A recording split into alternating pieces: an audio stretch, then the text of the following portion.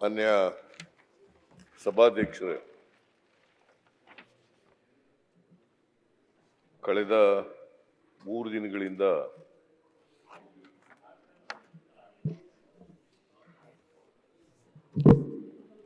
ರಾಜಣ್ಣ ಶಿವಲಿಂಗೌಡ ಕೂತ್ಕೊಳ್ಳಿ.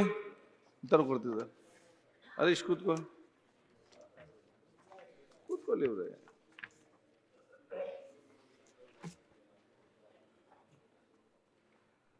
ಕಳೆದ 3 ದಿನಗಳಿಂದ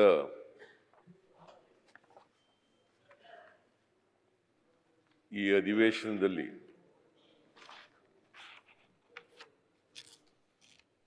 ಉತ್ತರ ಕರ್ನಾಟಕ ನಾನು ಯಾವಾಗಲೂ ಉತ್ತರ ಕರ್ನಾಟಕ ಅಂತ ಹೇಳೋದಿಲ್ಲ, ಸಮಗ್ರ ಕರ್ನಾಟಕ ಅಂತ ಹೇಳೋನು. ಕರ್ನಾಟಕ, ಸಮಗ್ರ ಕರ್ನಾಟಕ. ಆದರೂ ಉತ್ತರ ಕರ್ನಾಟಕದ ಸಮಸ್ಯೆಗಳ ಬಗ್ಗೆ ರಾಜ್ಯದಲ್ಲಿರ್ತಕ್ಕಂಥ ಜಿಲ್ಲೆಗಳ ನಡುವೆ ಇರ್ತಕ್ಕಂಥ ತಾರತಮ್ಯದ ಬಗ್ಗೆ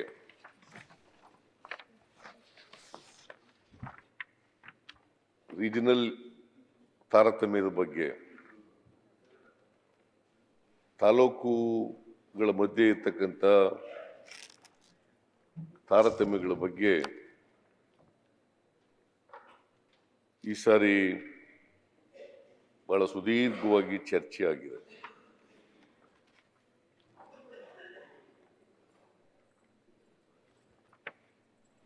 ಸುಮಾರು 42 ಜನ ಮಾನ್ಯ ಸದಸ್ಯರುಗಳು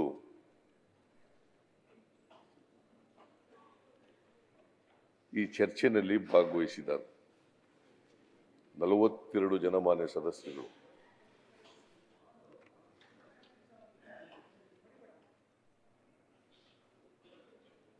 ಸುಮಾರು 11 ಗಂಟೆ 4 ನಿಮಿಷ ಅವ್ರಿಗೆ ಅವಕಾಶ ಕೊಟ್ಟಿದ್ದೀವಿ.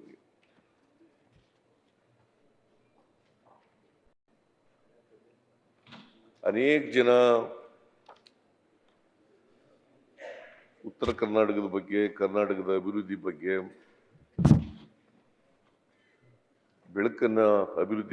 ಬೆಳಕನ್ನು ಚೆಲ್ತಕ್ಕಂಥ ಪ್ರಯತ್ನವನ್ನು ಮಾಡಿದ್ದಾರೆ. ನಾನು ಈ ಚರ್ಚೆಯಲ್ಲಿ ಭಾಗವಹಿಸಿದಂಥ ಎಲ್ಲ ಮಾನ್ಯ ಸದಸ್ಯರಿಗೆ ಧನ್ಯವಾದಗಳನ್ನು ಹೇಳಲಿಕ್ಕೆ ಬಯಸ್ತಾ ಇದ್ದೇನೆ. ನಿಮಗೂ ಧನ್ಯವಾದಗಳನ್ನು ಹೇಳಲಿಕ್ಕೆ ಬಯಸ್ತಾ ಇದ್ದೇನೆ. ಬಹಳ ಜನ ಉತ್ತಮವಾದಂಥ ಸಲಹೆಗಳನ್ನು ಕೊಟ್ಟಿದ್ದಾರೆ. ರಾಜಕೀಯ ಮಾತಾಡಿರೋರು ಬಹಳ ಕಡಿಮೆ, ಅಭಿವೃದ್ಧಿ ಬಗ್ಗೆನೇ ಹೆಚ್ಚು ಮಾತನಾಡಿದ್ದಾರೆ. ನಾವು ಇಲ್ಲೆಲ್ಲ ಸದನದಲ್ಲಿ ಸೇರ್ತಕ್ಕಂಥದ್ದು ಇಡೀ ರಾಜ್ಯದ ಬಗ್ಗೆ ಚರ್ಚೆ ಮಾಡಲಿಕ್ಕೆ, ಇಡೀ ರಾಜ್ಯದ ಅಭಿವೃದ್ಧಿ ಬಗ್ಗೆ ಚರ್ಚೆ ಮಾಡಲಿಕ್ಕೆ, ಇಡೀ ರಾಜ್ಯದ 7 ಕೋಟಿ ಜನರ ಸಮಸ್ಯೆಗಳ ಬಗ್ಗೆ ಚರ್ಚೆ ಮಾಡಲಿಕ್ಕೆ. ಇದರಲ್ಲಿ ಆ ಪಕ್ಷ ಈ ಪಕ್ಷ ಅಂತಿಲ್ಲ, ರೂಲಿಂಗ್ ಪಾರ್ಟಿ ಅಪೋಸಿಷನ್ ಪಾರ್ಟಿಗಳು ಅಂತ ಏನಿಲ್ಲ. ರಾಜಕೀಯ ಮಾಡಬೇಕಾದ್ರೆ ಚುನಾವಣೆಯಲ್ಲಿ ರಾಜಕೀಯ ಮಾಡ್ತೀವಿ, ಬೇರೆ ಸಂದರ್ಭಗಳಲ್ಲಿ ಮಾಡ್ತೀವಿ. ಆದ್ರೆ ಇಲ್ಲಿ ರಾಜ್ಯದ ಬಗ್ಗೆ ಚರ್ಚೆ ಮಾಡುವಾಗ ರಾಜ್ಯದ ಅಭಿವೃದ್ಧಿ ಬಗ್ಗೆ ಗಮನದಲ್ಲಿ ಇಟ್ಟುಕೊಂಡು ಚರ್ಚೆ ಮಾಡ್ತಕ್ಕಂಥದ್ದು ಅಗತ್ಯ, ಅವಶ್ಯಕ ಅಂತಕ್ಕಂಥ ಮಾತುಗಳನ್ನು ಹೇಳಲಿಕ್ಕೆ ಬಯಸ್ತಾರೆ. ಒಂದು ಸಂತೋಷ ಏನು ಅಂತಂದ್ರೆ, ಈ 42 ಜನರಲ್ಲಿ ಭಾರತೀಯ ರಾಷ್ಟ್ರೀಯ ಕಾಂಗ್ರೆಸ್ನಿಂದ 24 ಜನ ಮಾತಾಡಿದ್ದಾರೆ. ಕಾಂಗ್ರೆಸ್ನಿಂದ 24 ಜನ ಮಾತಾಡಿದ್ದಾರೆ. ಬಿಜೆಪಿಯಿಂದ 15 ಜನ ಮಾತಾಡಿದ್ದಾರೆ.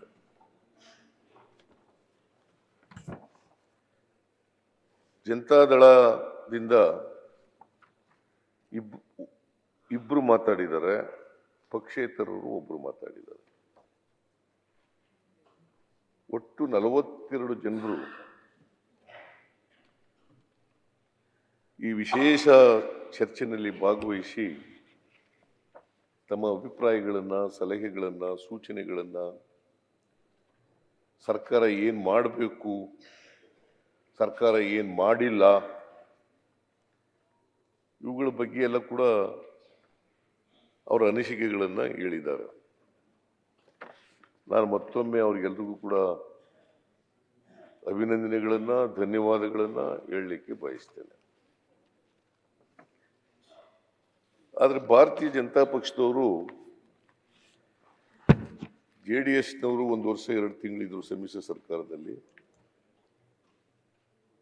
ಆಮೇಲೆ ಬಿಜೆಪಿಯವರು 3 ವರ್ಷ 10 ತಿಂಗಳಿದ್ರು. ಒಮ್ಮೆ ಮಾತ್ರ ಸ್ವಲ್ಪ ಚರ್ಚೆ ನಡೆದಿದೆ 2022ರಲ್ಲಿ. ಅಲ್ಲಿವರೆಗೆ ಚರ್ಚೆನೇ ನಡೀಲಿಲ್ಲ. ಉತ್ತರ ಕರ್ನಾಟಕದ ಬಗ್ಗೆ ಚರ್ಚೆನೇ ನಡೀಲಿಲ್ಲ. ಆಮೇಲೆ ಸುಮಾರು ಒಂದು 7-8 ಜನ MLAಗಳು ಭಾಗವಹಿಸಿ ಚರ್ಚೆ ಮಾಡಿದ್ರು. ಸರ್ಕಾರ ಅದಕ್ಕೆ ಉತ್ತರ ಕೊಡಬೇಕಲ್ಲ. ಯತ್ನಾಳ್ ಅವರೇ, ಮಾಧುಸ್ವಾಮಿಯವರು ಬರೀ 54 ಪದಗಳು ಅಷ್ಟೇ ಇರಬೇಕು ಅಂತ ಉತ್ತರ ಕೊಟ್ಬಿಟ್ಟಿದ್ದಾರೆ. ಬಹಳ ಬುದ್ಧಿವಂತಿಕೆಯಿಂದ 54 ಪದಗಳಲ್ಲೇ ಉತ್ತರ ಕೊಟ್ಬಿಟ್ಟವ್ರು. ನೋಡಿ ಹಿಂಗೆ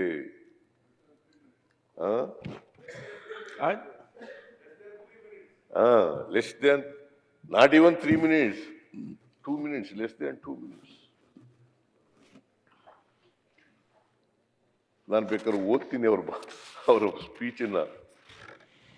ಓದ್ಲಾ ಸರ್? ಬೇಡವಾ ಸರ್, ಬೆಲ್ಲದವ್ರು ಸರ್ ತಾವು ಹೇಳಿದಿರಿ ರಾಜಕೀಯ ನಾವ್ ಯಾರು ಮಾತಾಡಿಲ್ಲ 42 ಜನ. ದಯಮಾಡಿ ಉತ್ತರ ಕರ್ನಾಟಕದ ಬಗ್ಗೆ ಮಾಡ್ರಿ. ನಿಮ್ಮಿಂದ ನಮಗೆ ಬಹಳ ಅಪೇಕ್ಷೆ ಐತಿ. ಅವ್ರೇನ್ ಹಿಂದಿನವ್ರು ಮಾಡ್ಯಾರ ಬಿಡ್ರಿ, ನೀವು ಮಾಡ್ರಿ. ರಾಜಕೀಯ ಮಾತಾಡೋದು ಬೇಡ, ಕಾಂಟ್ರವರ್ಸಿ ಮಾಡಿ ನಮ್ಮ ಟೈಮು ನಿಮ್ ಟೈಮು ವೇಸ್ಟ್ ಮಾಡೋದು ಬೇಡ. ಉತ್ತರ ಕರ್ನಾಟಕಕ್ಕೆ ಏನ್ ಮಾಡ್ತೀರಿ ಅದ್ರ ಬಗ್ಗೆ ದಯಮಾಡಿ ಹೇಳ್ರಿ. ಮಿಸ್ಟರ್ ರಾಜಕೀಯ ಅಲ್ಲ ಮಿಸ್ಟರ್ ಬೆಲ್ಲ, ನೀವು ಲಾರ್ಡ್ ಏನ್ ನಡೆದಿತ್ತು ಅದು ಹೇಳ್ಬೇಕ ಬೇಡ? ನಡೆದದ್ದು ಹೇಳ್ಬಾರ್ದ? ಸರಿ, ಬಗ್ಗೆ ಹೇಳಿ ಸರ್. ನೀವು ಕೇವಲ 3 ನಿಮಿಷ ಇಂಥ ವಿಚಾರ ಹೇಳ್ತಾರೆ. ಪಾಲಿಟಿಕ್ಸ್ ನಾ ಹೇಳೋದೇನು ಪಾಲಿಟಿಕ್ಸ್ ಏನ್ರಿ? ಎಲ್ಲಿ ಸರ್, 1 ನಿಮಿಷ. ನ್ಯೂಸ್ ಫಸ್ಟ್ ನಿರ್ಭೀತಿಯಿಂದ ನಿಮ್ಮ ಪರವಾಗಿ.